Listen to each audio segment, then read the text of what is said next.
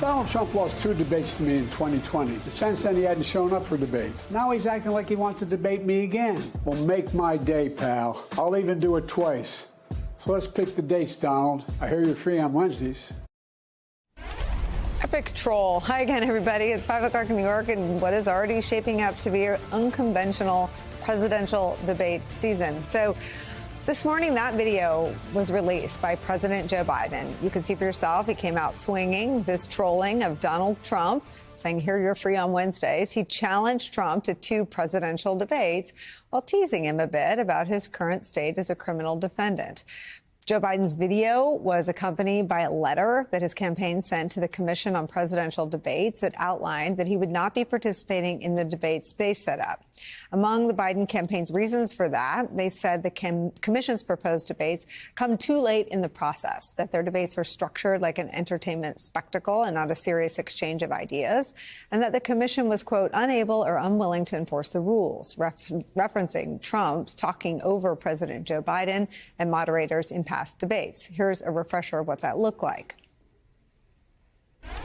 I'm not here to call out his lies. Everybody knows he's a liar. But you I just want to make sure. Joe, you're the liar. I want to make sure. Graduated last in your class, not first in your class. I want to make sure. Mr. President, can you let him finish, sir? No, he doesn't know how to do that. We have a higher deficit with China now than we did before. We have the highest trade deficit China with ate Mexico. Your lunch, down 18%. China ate your lunch, Joe. Kristen, they did it. We changed the policy. Your response to that? They did not. They built the cages. Who built the cages, Joe? Let's talk about what Who built the cages, Joe? You mean the laptop is now another Russia hoax? That's exactly what. Is this where you're going? This is where he's going. The laptop is Russia. I'm not going to answer the question. Why would you answer that question? The question is, the question Supreme Court is, justice, radical left. Will you shut up, man? Listen, who is on your list, Joe? Who's on your list? Right. Gentlemen, I think this is so unprecedented. Whatever you're doing, just stop yourself and ask yourself this question. Have you missed that guy at all? It's part of why Biden wants him out there in our living rooms again, right? But despite that fact, a few hours after the president sent the video challenging his 2024 opponent, 2 debates have already been accepted by both campaigns. One on June 27th, hosted by CNN in Atlanta. Another on September 10th, hosted by ABC News. Regarding the timing of these, the New York Times reports this, quote, while some of the details were still being hammered out, the agreement to the 2 debates reached in a series of social media posts Wednesday morning raises the likelihood of the earliest general election debate in modern history and immediately delivered a jolt of electricity to a campaign that had settled into something of a rut. But it also sets up a unique reality the American people could soon face. With the current election interference case in New York City likely wrapped up by then, one of the debate participants could be, just saying it's possible, that he could be a convicted criminal by the time the debates commence. All of this happening against the backdrop of Republican primary voters last night delivering another warning for Donald Trump. In Nebraska and Maryland, Nikki Haley, who dropped out of the presidential race 2 months ago, won about 20% of the vote. And in deep red West Virginia, Nikki Haley got nearly 10% of all the Republican votes, again, 2 months after she dropped out. That's where we start the hour with some of our favorite experts and friends. MSNBC contributor and columnist Charlie Sykes is here, plus senior opinion writer and columnist for the Boston Globe, and MSNBC political analyst Kim Atkins-Storr is back. Voting rights attorney and founder of the site Democracy Docket, Mark Elias, is here. With me at the table for the hour, the founder of Iraq and Afghanistan Veterans of America, the host of the Independent Americans podcast, Paul Rieckhoff, is here. Charlie Sykes, I start with you. Your thoughts on this gambit by President Joe Biden?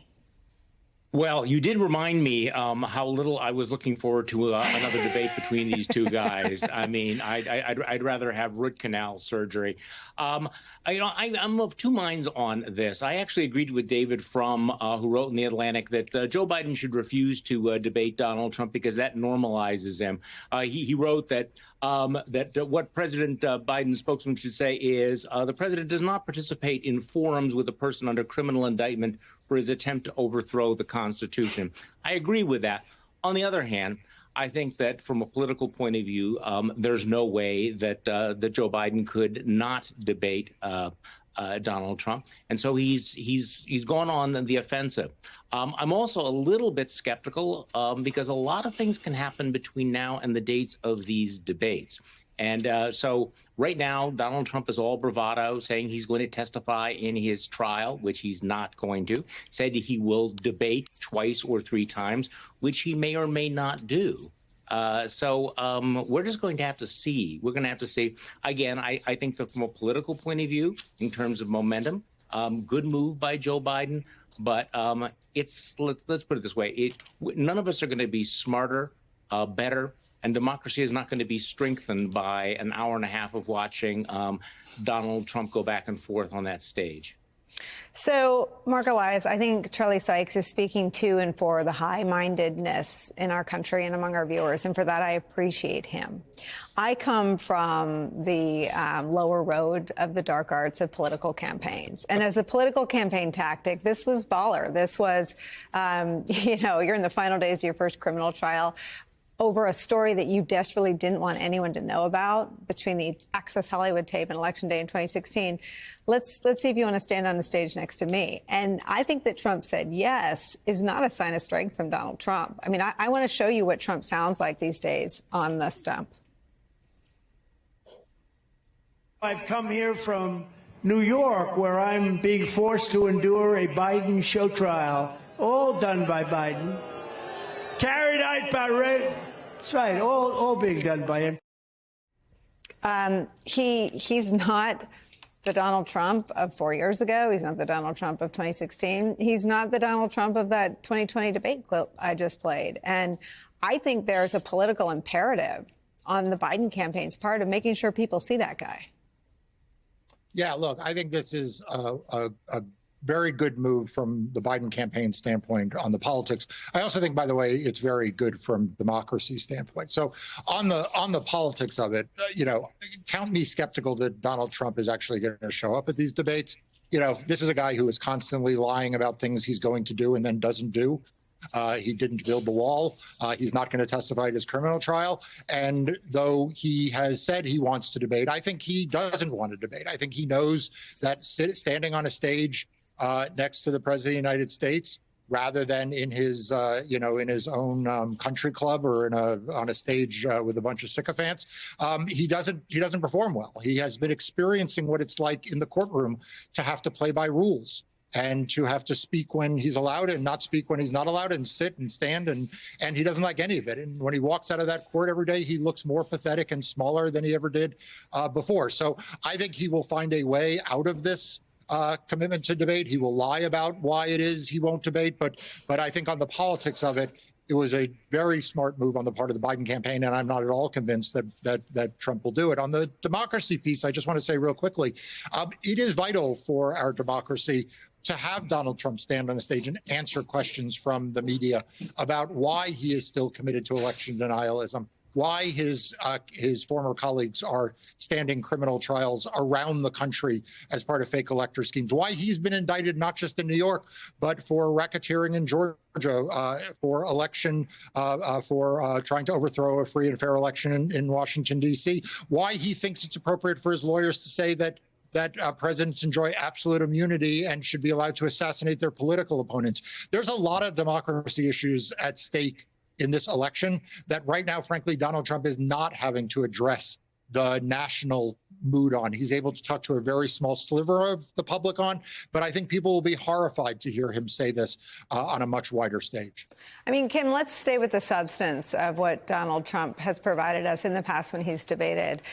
This was actually President Biden really turned the questioning to his support for the Proud Boys. Let me play this for you. Look, what are you saying? I'm willing to do anything. I want to see peace. Then do it, sir. Say it. Do it. Say it. Do you want to call him? What do you want to call him? Give me a name. Give me a White name. supremacists and Who would white you like me to condemn? White supremacists and right Proud Boys, stand back and stand by. I mean, I can't believe that Donald Trump's going to give Joe Biden a chance to follow up on that question. I just can't believe it, because what the Proud Boys did when they, quote, stood back and stood by, they made T-shirts, first of all, announcing that they were, and then they stormed the United States Capitol, ending,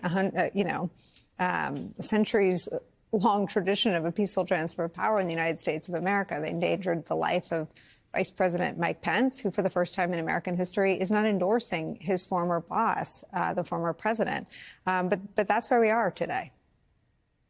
It is. And I even remember at the time, the normalization of Trump that was happening in real time when I and other journalists were pointing out he just enlisted the Proud Boys as an army of sorts to stand ready. People thought that I was being hyperbolic at that point, but he literally in real time told us what he would do. And then he did it on January 6th. So I am also of mixed minds, much like Charlie. I worry about platforming him in a way that allows him just this ability to spew the kind of misinformation, which is now is not just a part of his message, it's the entirety of his message. But I think what is happening is Joe Biden wants to assuage Democrats who are fearful that he won't look tough enough against Donald Trump. And so they want to put him out there. They saw him at the State of the Union looking strong and being the epitome of what they want a president to be. And they want to create that juxtaposition. This is not about policy. We are not going to be getting into the agendas of either candidate. Donald Trump doesn't have an agenda. But what this will be is a slugfest of sorts. And I think what the Democrats want to do is show that Joe Biden is a fighter, too.